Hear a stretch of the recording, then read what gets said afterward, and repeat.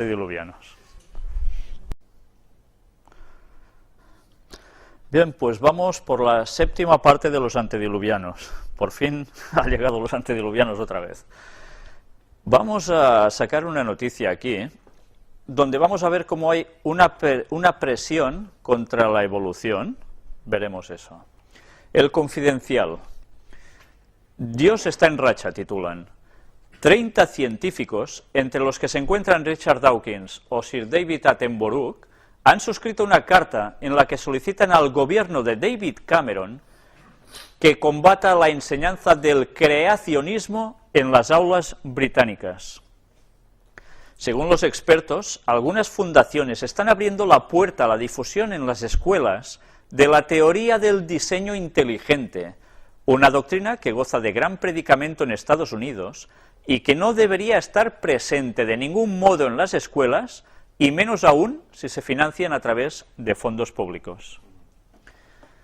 Para los firmantes, tales teorías no son más que la punta de lanza de un fundamentalismo religioso que amenaza la vida pública. Según Rafael Navarro Valls, que ya sabéis que era un señor que estaba precisamente de vocero en el Vaticano, catedrático de Derecho Canónico de la Universidad Complutense de Madrid, esa opinión suele proferirse desde el fundamentalismo laicista.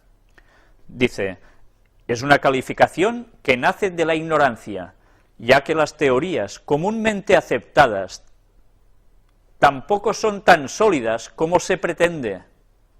Si, como se ha dicho, se tardaron unos 2 millones de años en manipular una piedra para construir una lanza y medio millón de años más para pintar unos bisontes en las cuevas, es solamente una teoría sujeta a comprobación decir que el azar produjo entre los años 12 a 15.000 a.C. un salto cualitativo que llevó al lenguaje en el hombre. Más razonable es entender, como ha dicho el Papa Ratzinger, que si la evolución no va acompañada de una razón creadora, no es posible explicar el orden en este mundo. ¿Veis qué bien quedan ellos? Evolución con creación, todo mezcladito y patam, para adentro. En todo caso, el asunto del creacionismo pone de relieve hasta qué punto estamos viviendo nuevas expresiones de ese enfrentamiento entre ciencia y religión que tan presente estuvo en el debate público del siglo pasado. Para Santiago Collado, físico, filósofo y subdirector del Grupo de Investigación Ciencia, Razón y Fe de la Universidad de Navarra, algunas personas siguen viendo la religión como un problema para la ciencia, especialmente cuando hablamos de algunos asuntos controvertidos, como es la clonación. Sin embargo, es sencillo entender que no se trata de cosas incompatibles. Según Collado, que la teoría del diseño inteligente no debe ser estudiada en las escuelas como ciencia, no implica que haya de excluirse también la posibilidad de encontrar una explicación a nuestra existencia desde la religión.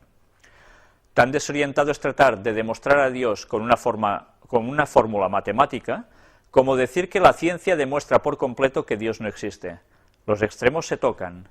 Para Navarro Valls, el diseño inteligente, que es una hipótesis defendida por algunos grupos de fundamentalistas americanos, no debe confundirse con el hecho de que la religión católica acepte un Dios creador y personal. También hay creyentes que aceptan las teorías evolutivas sin menoscabo de su fe. Pues qué difícil es hacer eso, ¿eh? Aceptar teorías evolutivas sin menoscabo de la fe. Sin embargo, no entiende que enseñar dicha teoría sea inconveniente, siempre que se haga con los naturales matices aclaratorios para no confundir o malinterpretar los términos del debate. A pesar de tales argumentos, no parece que dichas doctrinas vayan a hacer acto de presencia en las escuelas españolas, ya que nuestros gobernantes comparten el punto de vista adoptado por el gabinete de Cameron. Los británicos no aceptarán ninguna propuesta de academia o escuela privada encaminada a la enseñanza del creacionismo en el currículo científico o como alternativa a las teorías aceptadas, ya que entienden que las creencias religiosas no deben aparecer en el espacio público, especialmente cuando nos enfrentamos a un contexto social en el que las manifestaciones fundamentalistas están creciendo, sobre todo las que provienen del islamismo radical. Creer o no en Dios es algo personal y, por tanto, se trata de un asunto que debe permanecer en el entorno privado. Ya estamos viendo cómo van preparando los terrenos para encajar cosas inencajables.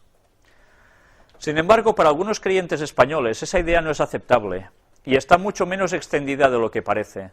En realidad, señala Navarro Valls, esa tendencia a excluir la religión del espacio público se da solamente en Europa y dentro de ella, solo en algunos países, cuya suma de poblaciones cabría cómodamente en un pequeño rincón del desierto del Sáhara. Esta posición no es realista, ya que en América, Norte y Sur, Asia, África y Oceanía, se acepta con normalidad que la religión es importante en la vida social y política. No es algo vergonzante que haya que mantener en oscuros arcanos privados. Por ejemplo, en la toma de posesión de Obama, este citó 4 veces a Dios. O cuando Kennedy concurrió a la presidencia de Estados Unidos contra Nixon, no temía que su condición de católico se convirtiera en un problema intelectualmente relevante. Lo que temía, y en parte se confirmó, es que las manipulaciones de una pequeña parte de sus adversarios políticos lo transformaran en una ominosa corriente de rencor subterráneo, haciéndole aparecer como un hooligan de la política. El problema para Navarro Valls es que vivimos en un entorno de macartismo religioso, que tiende a convertir en un leproso político al hombre con determinadas convicciones. La realidad es que en el siglo XXI, Dios está en racha. Vamos a ir viendo cómo los planteamientos que ellos dan es mezclar ciencia con creencia religiosa.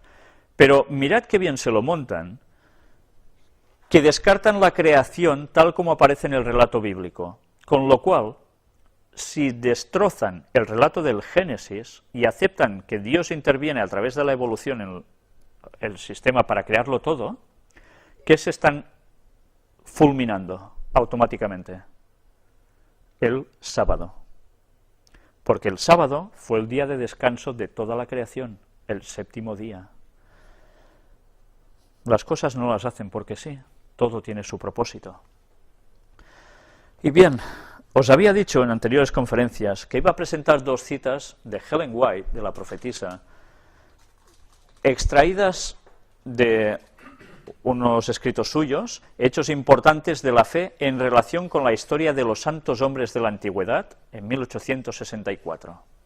Estas 2 citas tan polémicas marcaron un antes y un después en la interpretación de lo que pudo pasar antes y después del diluvio. Estas 2 citas han dividido incluso a los propios adventistas. Para querer interpretar cosas tal como ella no decía y quedar bien con los demás, tomaron cierta postura, que fue la mayoritaria. Nosotros vamos a ver, en lo que resta de conferencias, que creo que con otra más ya bastará, cómo se desarrolló esa polémica debido a sus declaraciones. Estas 2 citas de ella aparecieron en sus escritos, pero después ya no se incluyeron en un cierto libro para evitar la problemática que conllevaron. Pero ¿sabéis una cosa? Vamos a ver cómo las noticias de actualidad le daban la razón a los relatos que Ellen White expresa que sucedieron precisamente en esos momentos. Vamos a ver estas famosas 2 citas. Una es referida a antes del diluvio. Sé que muchas personas las desconocen totalmente, y para otros que las conocen, vamos a ver si la interpretación que le daban era realmente correcta. Pero si hubo un pecado por encima de todos los demás, que hizo necesaria la destrucción de la raza humana por medio del diluvio, fue el vil crimen de la amalgama entre hombres y bestias, que desfiguró la imagen de Dios y causó confusión en todas partes. Dios decidió destruir esa raza poderosa y longeva que había corrompido su camino delante de él. ¿Nos estamos dando cuenta de lo que ella presenta aquí? Dios decidió poner punto y final en ese preciso momento de la historia, no solo porque eran malvados y ya está, que lo eran y muchísimo, sino porque además jugaron a hacer algo en concreto. Y ese algo en concreto era amalgama entre hombres y bestias, que como consecuencia de esa mezcla entre hombres y bestias, la imagen de Dios, con la cual nosotros fuimos creados, la imagen, ¿qué es la imagen? Lo que vemos, ¿no? Nuestra apariencia. Se desfiguró la imagen de Dios en el hombre y causó confusión en todas partes. Dios dijo, hasta aquí habéis llegado. Ellos habían jugado a ser Dios. Amalgama es una mezcla de factores distintos entre hombres y bestias. Esto es lo que trajo la gran duda a la escritura de este texto. Había personas que decían, amalgama entre hombres y bestias quiere decir que un hombre hace una aberración con una bestia y la bestia tiene pues un producto mezclado entre hombre y bestia. O al revés. O la mujer hace algo con una bestia y sale un engendro. ¿Se estaba refiriendo a esto el Ellen White? ¿O se estaba refiriendo al poder que tenía el hombre de manipular la genética, que es muy distinto? Vamos a ver otra cita, porque esto ha traído montones de discusión. La mayor parte de los adventistas del séptimo día actuales desconocen esta cita, por desgracia. Pero pensad que esta cita vamos a demostrar en lo que queda de conferencia sobre los antediluvianos que esto no son bobadas lo que hemos dicho. Pero vamos a ver la otra cita antes de seguir. Referida después del diluvio, no antes, después. Todas las especies de animales que Dios había creado fueron preservadas en el arca. Las especies mixtas que Dios no creó y que fueron el resultado de la amalgama, de esa mezcla, fueron destruidas por el diluvio. Algunos decían, los dinosaurios deberían ser una mezcla, por tanto, Dios los destruye. Bueno, ya vimos que había otras citas de Ellen White que no decían esto precisamente, sino porque era que podían traer problemas al hombre después del diluvio por cómo eran. Aquí nos está hablando de esas especies mixtas que Dios no creó, pero el hombre sí. Desde el diluvio ha habido amalgamas entre seres humanos y bestias. Después del diluvio, aún pudieron hacer amalgamas entre seres humanos y bestias, porque algo tenían aún de tecnología, algo sabían hacer aún, después del diluvio, que ya habían hecho antes del diluvio. Y ella dice, como puede verse en las casi innumerables especies de animales y ciertas razas de hombres. Y gente dijo, ¿qué dice Ellen White? Es una racista, está acusando a la raza negra de ser quién sabe qué. Sí, hubo gente que hasta dijo esto, y que aún lo mantiene, para acusar a Ellen White como falsa profeta. Ellen White no estaba diciendo esto. Nos estaba hablando de que sí que hay innumerables especies de animales que no son las que Dios creó como tal. ¿Dios creó toda la cantidad de perros distintos que tenemos ahora? ¿Verdad que no?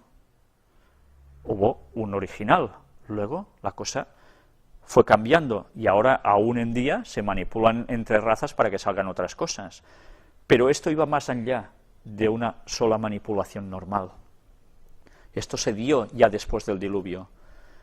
Y hasta ciertas razas de hombres. Vamos a ver un comentario más adelante de Uriah Smith, un comentador de los textos de Daniel y Apocalipsis especialmente, adventista, que es genial cómo interpreta él las cosas y viendo cómo se siguen cumpliendo actualmente, a excepción de algunas pequeñas cosas. Este hombre quiso explicar qué había querido decir Ellen White, porque eran coetáneos, incluso él estuvo en su casa conviviendo con ella y con el marido, con James White, y explicó qué quería decir con esa mezcla también para razas de hombres. Lo veremos en su momento, pero desde luego, si yo ahora cortara aquí la conferencia, seguro que generaba ya un debate. Yo ya he explicado algo, luego iremos demostrando si lo poco que he explicado es demostrable con la fecha de hoy. Vamos a ir viendo cosas. Los humanos anatómicamente modernos se mezclaron en África con otros homínidos arcaicos. Resulta que empiezan a encontrar restos donde lo que parecen humanos estaban mezclados con homínidos arcaicos. Están encontrando cosas que no terminan de cuadrarles. Amalgamas. Ellen White había hablado de amalgamas. Los recientes avances en biología molecular han permitido extraer el ADN de decenas de fósiles. Si se extrae el ADN, ¿para qué sirve? ¿Para qué puede servir extraer el ADN? ¿Para volverlo a hacer? ¿Para volverlo a manipular? ¿Volverlo a crear? Eso es lo que han estado buscando, conseguir ADN de estas cosas tan antiguas. ¿Con qué propósito? Ya iremos viendo poco a poco en esta conferencia y la siguiente el desarrollo de todos estos conceptos. Ahora vamos a hablar de mitología. ¿Sabéis? Cuando hablamos de mitología, a veces lo confundimos con leyendas. Las leyendas pueden ser cosas que verdaderamente son rollos patateros que alguien se ha inventado y ha colado bien. Pero la mitología está basada en hechos que llegaron a acontecer y que se han ido desvirtuando hacia otro foco, pero tienen una base original, concreta, cierta. ¿Por qué voy a hablar ahora de mitología aquí? Tened en la cabeza presente las dos citas de Ellen White, siempre con lo que vais a ver a partir de ahora ya en las conferencias. Todo esto son imágenes, ya veis, no son actuales, sino de imperios y civilizaciones muy antiguas.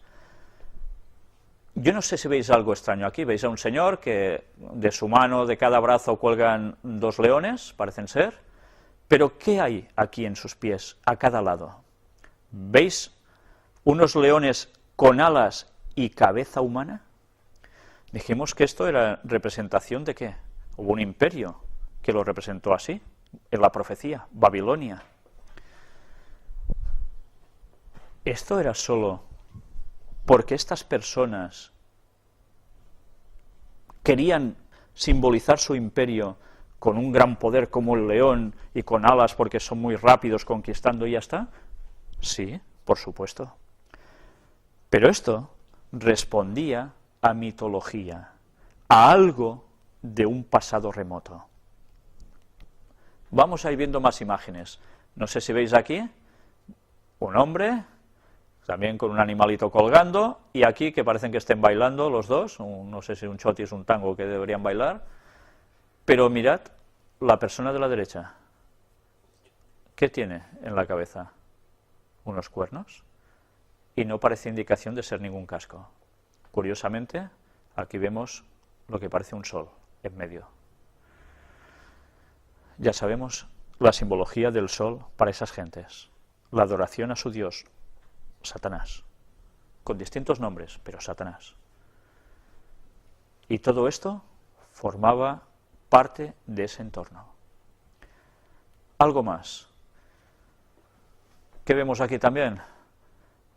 Uy, parece un dálmata, ¿verdad? Este perrito de la izquierda, pero un dálmata un poco extraño. Esto parecen dos alitas, ¿no? Un perro con alas. Qué cosas más tontas de dibujar tenían estos señores, ¿no? Inventarse un perro con alas. Vamos, también pintarían una vaca volando al final, ¿no? Bueno, pues ellos lo pintaron. Esta señora también tiene algo curioso en la cabeza, ¿veis? Era sencillamente un sombrerito, estos dos cuernos que le salen de aquí.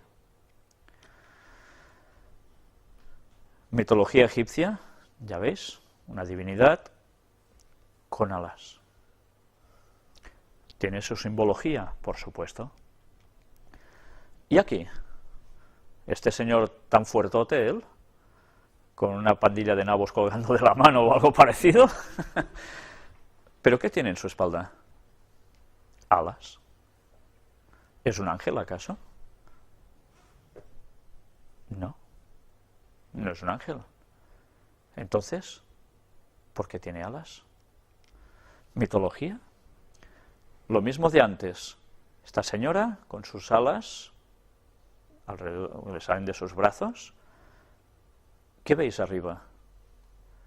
El ojo famoso, que todo lo ve. Todo esto vinculado a esto otro. Otra vez, la señora con alas. ¿Y aquí qué tenemos? Una imagen de Lilith. ¿Sabéis quién es Lilith? En una de las conferencias lo traté, y especialmente en la ampliación de la conferencia número 1, que no aparece como la serie del Gran Engaño, sino que se encuentran en las conferencias de Castellón y de Aluche, que lo podéis encontrar también en la página de WordPress del Gran Engaño. Lilith, esta señora, también, ¿qué tiene detrás? Unas alas. Y a sus pies aparecen unos buitos. Ya sabemos símbolo de qué, de Lucifer, porque la señora Lilith, ya sabemos su relación en la mitología, de que esta señora iba por las noches a coger, sé que hay niños por aquí también, iba a coger niños y hacía sus cosas.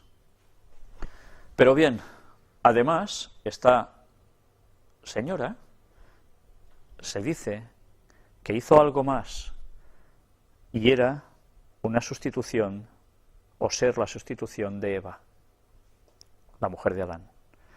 No voy a adentrarme en eso lo podéis encontrar en esa conferencia, pero si relacionamos una vez más, esta señora aparece con alas, y al lado los símbolos para Lucifer. Una vez más, la misma relación, cosas de mezclas extrañas con el personaje de Satanás. Una vez más, señora con alas, por si no habíais visto bastante. Y aquí, parece que lleve algo en la mano este señor, tiene dos pies humanos, dos patitas, su cuerpo, sus manos normales, sus brazos normales, lleva aquí, no sé si, no lo veo bien en la imagen lo que es, pero ¿y su cabeza? ¿Su cabeza es humana? No, es como un águila, ¿no? Mitología. Más mitología. Símbolo solar, lo que tenéis arriba, pero ¿y abajo? Anda, ¿os acordáis de antes que hemos visto unos leoncillos con alas y con cabeza humana? Bien, podríamos hablar sobre los conceptos que se tienen sobre la mitología. La mitología da nombre a ciertos dioses que ellos adoraban, o no, depende, como lo vieran, ¿no? Pero que tenían grandes características que a ellos los sorprendían mucho y tenían unos propósitos que cumplir, estos dioses. Vamos a leer solo esto y luego seguiremos avanzando. Mitología egipcia. Durante la época predinástica, divinizaron aquellos fenómenos naturales que les desconcertaban o infundían temor, de los que no conocían la razón de su proceder. Asociaron estas divinidades con las características de ciertos animales y los representaron con forma humana, aunque conservando rasgos zoomorfos, o sea, de animal. El halcón en el dios Horus, el elevado, dios del cielo, el perro egipcio o chacal del desierto, el guardián de las necrópolis, Se convierte en un dios protector, Anubis, el cocodrilo del Nilo, un peligro constante, en un dios temido, venerado en la región del Fayum, etc. Además, les atribuyeron conceptos humanos, como la relación familiar, por lo que se formaron tríadas compuestas por un dios, su esposa y su hijo. Y también pasiones humanas, por lo que se les rendía culto dando ofrendas en los templos a cambio de favores solicitados o recibidos. Es interesante ver esas mezclas que ellos hablan aquí. Claro, desde nuestro punto de vista actual de científicos, claro, estos son propiedades que ellos ponían a sus divinidades, las mezclaban y tal, pero claro, todo esto eran rollos patateros, no existió. Pero es interesante ver cómo aquí ya aparece que también formaron tríadas. ¿Tríadas qué es? Tres, ¿no? Compuestas por un dios, su esposa y su hijo. Trinidad. ¿Satanás hemos dicho que inventa algo? No. ¿Satanás qué hace? Copia, plagia.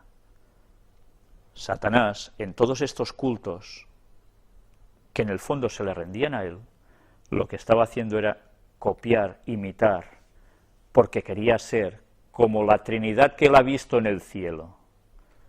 Por eso tuvo que inventarse esas tríadas, porque una vez más quiere ser como Dios.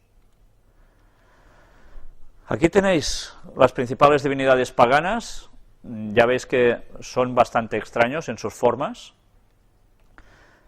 y aquí tendríamos una descripción que no voy a leer de cada uno de sus dioses, porque ya veis que tenían un montón, pero que es interesante que os vayáis quedando más o menos con las fotografías, esas extrañas mezclas de lo que eran. Aquí medio gato, medio persona. Bueno, ya lo vais viendo. No voy a pararme en cada uno de ellos, esto lo podéis parar en vuestras casas. Se da la explicación de cada dios, esa simbología que representaba, etcétera, etcétera. Es muy interesante de ver, porque cuando ya sabemos todo lo otro, esto ya no pensamos automáticamente que solo eran bobadas, en cuentos de viejas cerca del fuego, sino que había algo más. Bueno, aquí una curiosa imagen también, no sé si lo veis, que hay en cada lado de este señor que aparece aquí, los ojitos famosos. Pues bien, vamos a seguir avanzando. Vamos viendo más cosas, más dioses, hay para todos los gustos y todas las formas. Siempre lo que tienen en la cabeza ese disco solar de adoración a Lucifer en todo esto. Y así van pasando uno tras otro. Este muy gracioso, que parece Pepe Pótamo. Pues bien, ahí lo tenéis. Pero ahora vamos a hablar de otro tipo de mitología, que ya no es la egipcia. Y aquí tenéis las cuestiones griegas. El Minotauro. ¿Qué era el Minotauro? Un señor con cuerpo de hombre, pero su cabeza de toro. El laberinto de Creta y el tributo de Atenas. Y aquí también nos habla del Minotauro, nos va explicando más cosas. Toda la historia que ellos cuentan al respecto. La llegada de Teseo a Creta, aquí también nos sigue explicando más cosas sobre el Minotauro, toda esa historia, las interpretaciones del mito, etcétera. Pero en la mitología también aparece Medusa, esta señora con una cabellera extraña, que esa cabellera son serpientes. Y aquí el que se la carga. Pero bien, vamos a seguir. O una representación más. Y hay más. Pegaso, ese famoso caballo alado. Aquí tenéis toda la historia. Unicornios, esos animalitos con un cuerno muy prominente en su frente, que se les da aplicación también a cuestiones sexuales, etcétera, etcétera. Aquí tenéis toda la explicación. Las quimeras, eso que mostramos ya en una conferencia cuando hablamos de Notre Dame, no sé si la recordáis, que ya veis qué figuras tan extrañas, ¿no? Y había quimeras de extraños bichos con varias mezclas. Cíclope. ¿Os suena el Cíclope? Aparte del personaje de X-Men, de la Patrulla X famosa. Luego hablaremos también un poco de eso. Sirenas. Esos extraños cuerpos de mujer con cola de pez.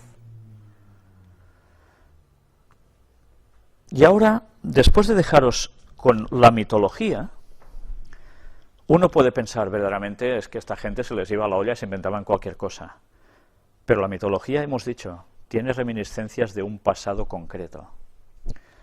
Y cuando Helen White escribió eso, estaba describiendo una situación que se había dado en este mundo, que la ciencia ha pasado por alto, porque no le cuadra, pero que se produjo, al igual que todo el relato que nos describe sobre antes del diluvio.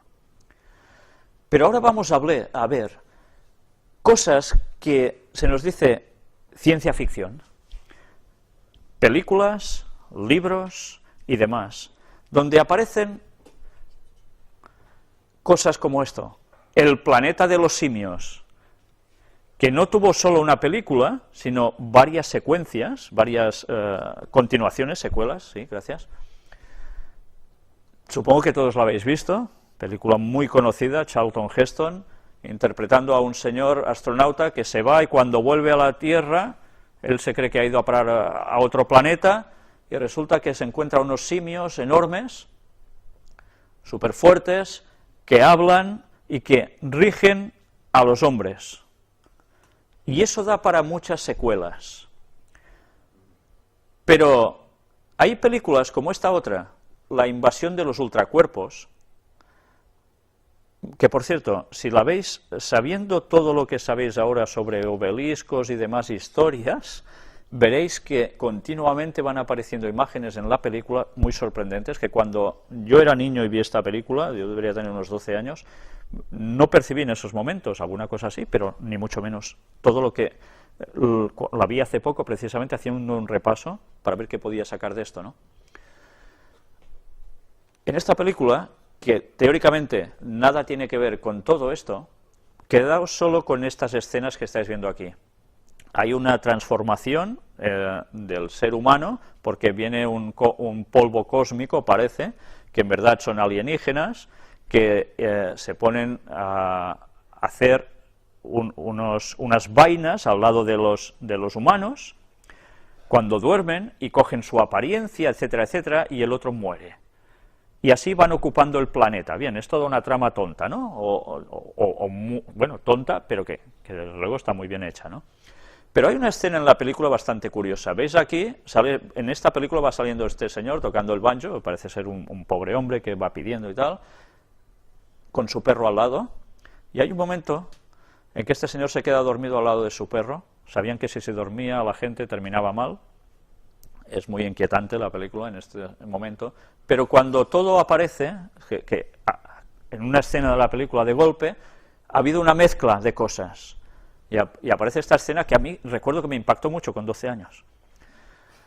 Claro, ahora lo podemos decir, uy, qué cutre, ¿no? Pero claro, algo aparece como una mezcla. ¿Sabéis? Se dice de que evidentemente la mezcla entre hombre y animal no germina precisamente en algo que pueda tener vida, etcétera, etcétera, porque hay incompatibilidades de ADN, etcétera, etcétera. Entonces, ¿cómo se podían mezclar las cosas? Pues solo manipulando ADN. Vamos a ir viendo más cosas, porque veréis cómo lo que nos va transmitiendo Hollywood nos va a llevar hasta ese planteamiento. Vamos a ver ahora un tráiler en castellano sobre la última película que han sacado sobre el origen del planeta de los simios. Toda esa secuela de varias películas, viene otra, que salió creo que es este mismo año, si no recuerdo mal, y me gustaría que vayáis viendo qué va apareciendo aquí.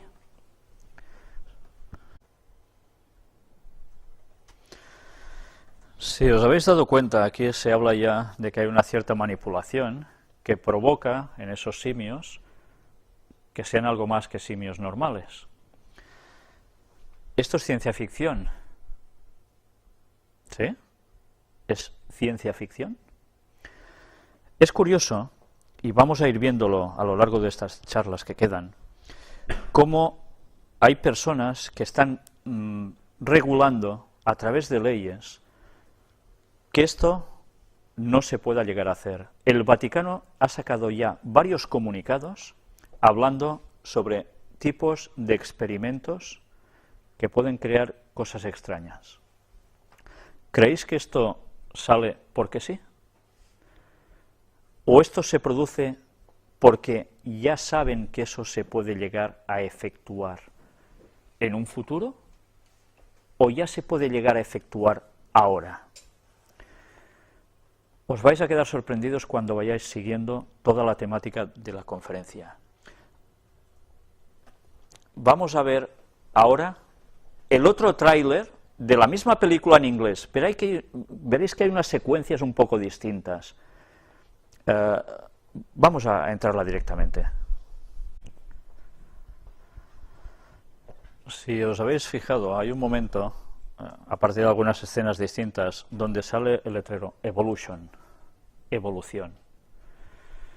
Bien, quizás deberían percatarse los teóricos científicos de la evolución que muchas de las cosas que ellos encuentran y intentan dictaminar que eran ancestros del hombre, etcétera, etcétera, si supieran lo que Helen White escribió y lo que hemos venido mostrando en todas las conferencias, podrían darse cuenta de que hubo una amalgama entre hombres y animales que generaron especies extrañas. Y eso sí que no es ciencia ficción. Vamos a ir viendo aquí cómo explican la película. Es interesante porque cada una da matices distintos de cómo hay confrontaciones entre los seres humanos y este tipo de simios que mantienen una relación entre ellos. Claro, todo es ciencia ficción, pero ya sabéis que cuando Hollywood lanza los mensajes por algo es. Hay otra película muy curiosa, de Burt Lancaster, La isla del Dr. Moreau. Y es otra película muy curiosa, donde también se habla de una extraña mezcla entre seres humanos y animales. Y esto tiene sus años ya. Tenemos otra película, La mosca, no sé si recordáis, un científico que se quiere trasladar de un lugar a otro y lo hace con la desmaterialización y componiéndose en otro lugar. Y se le cuela una mosca dentro en ese momento y la que lía, ¿no? Ya os imagináis lo que sale. Pues bien, sale también una mezcla entre humano y mosca. Esta película ha tenido más versiones. Hay otra también muy curiosa, Los niños del Brasil, con Gregory Peck, Laurence Olivier y James Mason, donde un doctor nazi va a Brasil e intenta hacer algo ya, que en esos años chocó mucho cuando salió este libro y luego la película, que era precisamente hacer reproducciones de ciertas personas en concreto, incluso cuestiones o personajes como Hitler. Todo en plan reproducciones, ¿no? Clonaciones. Frankenstein también, o el moderno Prometeo. Esa extraña mezcla entre varias cosas y hacer una de sola. Es interesante, si podéis parar y leer en vuestras casas todos los argumentos, porque son muy interesantes para que empecéis a asimilar mejor una cosa con otra. Yo, por falta de tiempo aquí, evidentemente no puedo pararme a esto. Se hizo la película también, que también causó con Boris Karloff, el famoso Boris Karloff, estragos. Pero antes hemos hablado de ADN. Hubo una película que también nos hablaba de que en un cierto lugar alguien hizo algo con eso y empezó a crear, ¿qué? Dinosaurios otra vez, como los de antes, Ya sabéis que toda la trama se lía con esto y van teniendo sucesión también estas películas. Pero el ADN, siempre el ADN ahí presente para manipular las cosas.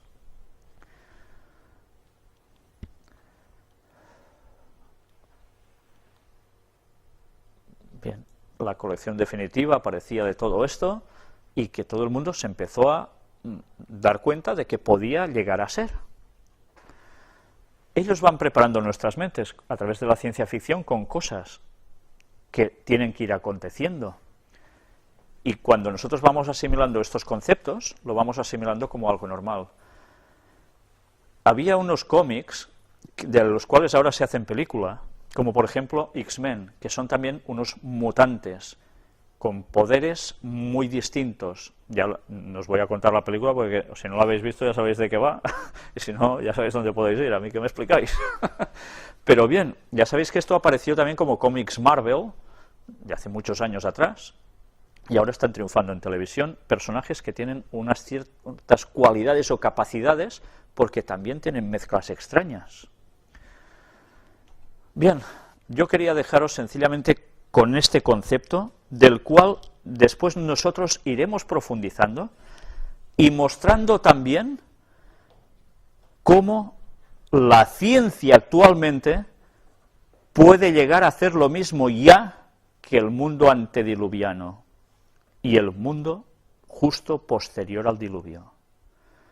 Los hijos de Adán parece ser que no entraron con una mano en cada bolsillo. Pues bien, quiero dejaros aquí para que tengáis presente esto y os vayáis preparando para la próxima conferencia, si Dios quiere, sobre los antediluvianos, en la cual espero terminar, a menos que las noticias nos vuelvan a desbordar. Muchas gracias por vuestra atención. Hasta la próxima.